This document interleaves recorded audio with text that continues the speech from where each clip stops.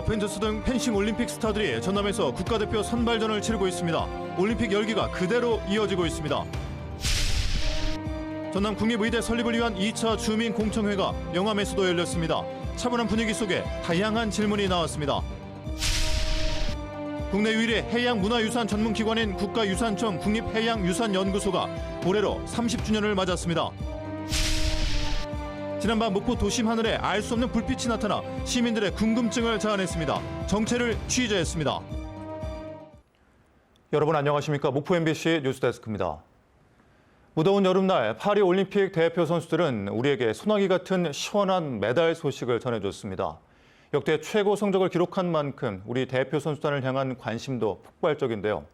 어펜져스 등 펜싱 올림픽 스타들이 국내로 돌아와 올림픽의 열기를 이어가고 있습니다. 최다운 앵커가 현장에 다녀왔습니다. 펜싱 국가대표 선발전이 펼쳐지고 있는 영광 스포디움 국민체육센터. 내년도 국가대표를 선발하는 4개 대회 중 하나인 만큼 선수들의 얼굴에는 긴장감이 흐릅니다. 선수들은 득점에 연달아 포효하기도 하고 관중 속에서 환호가 터져나오기도 합니다. 특히 올림픽 스타들도 모두 출전하면서 경기장의 분위기를 더욱 끌어올려줬습니다. 파리올림픽에 출전했던 국가대표 선수들이 이제는 국내로 돌아와 서로에게 칼끝을 겨누면서 올림픽의 열기를 이어가고 있습니다. 무릎 꿇고 공손하게 비디오 판독을 요청하는 구본길 선수 특유의 모습은 이번 대회에도 빠지지 않았습니다. 앞으로 1년간 국제대회 휴식을 선언한 만큼 아쉬워하는 팬들을 위로하기도 했습니다. 국가대표를 잠시 쉬는 거지 제가 선수를 은퇴하는 거 아니기 때문에 또 이제 저는 가족도 있고 또 이제 아기도 둘째가 태어났기 때문에 좀 더 이제 거기서 케어를 하고 역전의 검객이라는 별명을 얻은 최세빈 선수도 출전해 같은 대표팀 선수들을 향한 애정을 나타냈습니다.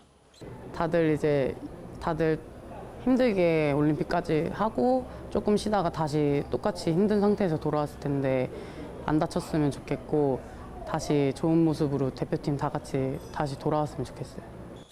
아시아 최초로 펜싱 그랜드슬램을 달성한 오상욱 선수는 여유 있는 모습으로 경기를 치렀습니다. 국내 대회는 물론 펜싱에 대한 관심이 계속 이어졌으면 하는 바람도 전했습니다. 진짜 오시면은 진짜 박진감 있고 엄청 역동적이고 엄청 우아한 그런 스포츠를 보시고 빠지실 거라고 저는 확신하는데요. 꼭 와서 그런 재미있는 경기를 펼쳤으면 좋겠습니다. 올해 2차례 더 예정되어 있는 펜싱 국가대표 선발전, 그리고 다른 종목인 코리아 오픈 배드민턴 대회부터 전 종목이 펼쳐지는 전국체전까지 올림픽의 열기가 국내에서도 끊임없이 이어질 예정입니다. MBC 뉴스 최다운입니다. 전남 국립의대 설립을 위한 2차 주민 공청회가 오늘 영암군에서 열렸습니다.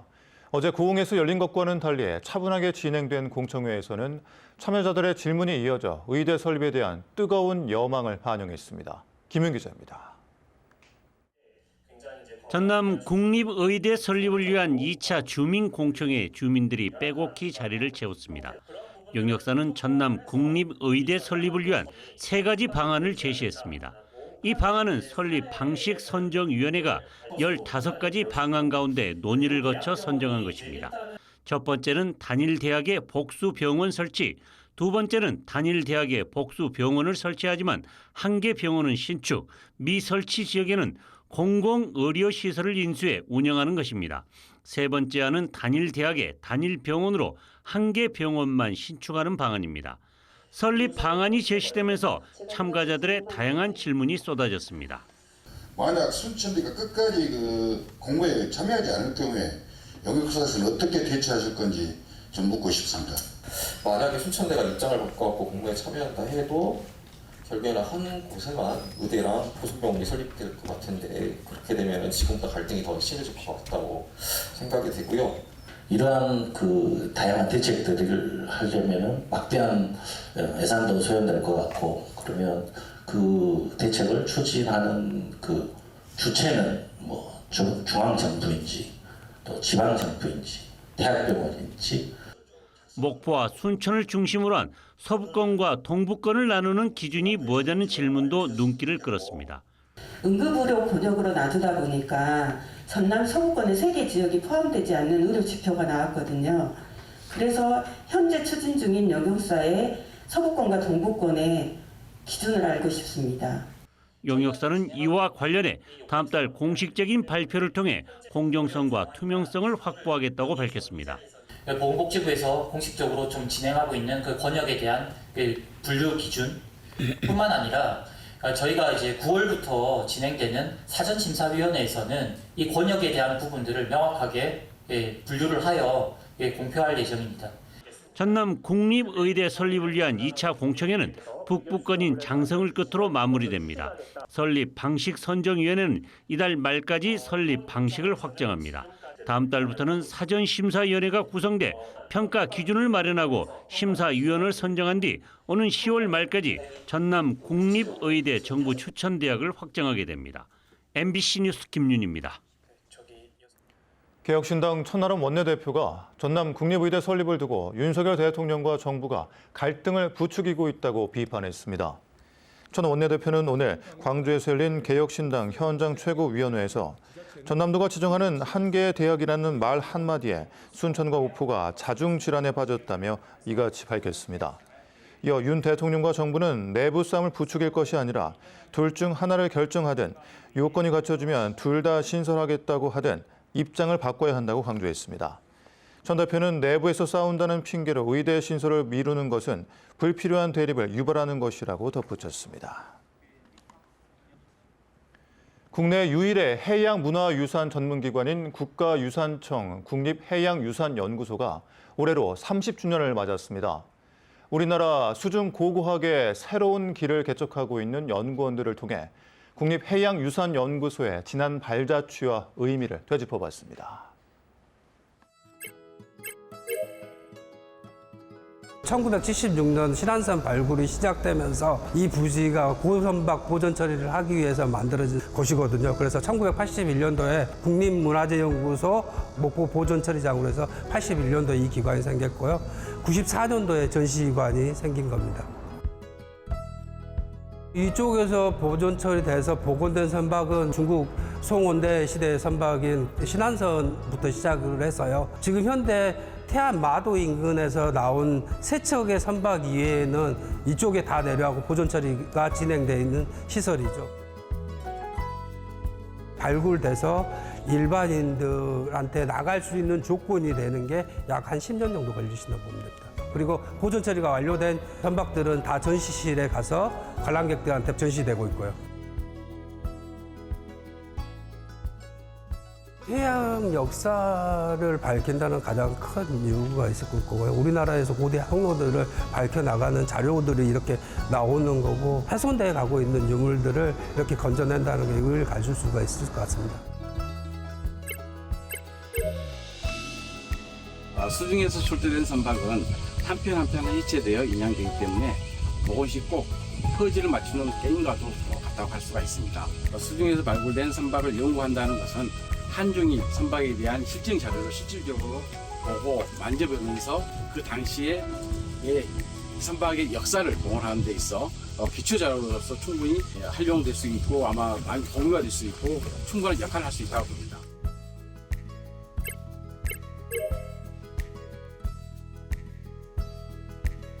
전시에서는 이제 그동안의 어떤 학술적인 연구 성과를 대중적인 시각으로 재해석하고 이해 쉽게 설명하는 그런 친절한 어떤 영역이 있지 않을까 싶습니다. 특히 수중문화재 같은 경우는 역사시대의 어느 한 시점에 침몰을 해서 타임캡슐화 돼 있어요.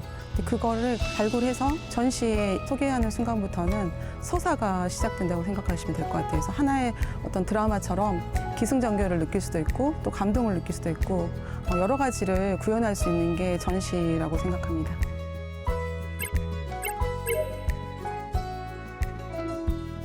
(70년대) 신안선이 발굴된 다음에 그 배를 보존 처리할 필요가 있어서 가장 가까운 그 인프라를 구축되어 있는 도시로 온 곳이 바로 목포입니다. 지역에서 뿌리를 두고 상당한 역할을 수행하면서 지역 주민들에게도 어떤 보답하는 전시라든가 교육이라든가 이제 그런 것들 하면서 세계 인류 수준의 이제 기관을 지향하는 그런 기관으로 만들어가는 것이 굉장히 중요하다고 생각을 합니다. 다음 뉴스입니다. 지난밤 목포 도심 하늘에 알 수 없는 불빛이 나타나 보는 이들의 궁금증을 자아냈습니다. 불빛의 움직임은 약 1시간가량 계속됐는데 김규희 기자가 불빛의 정체를 취재했습니다.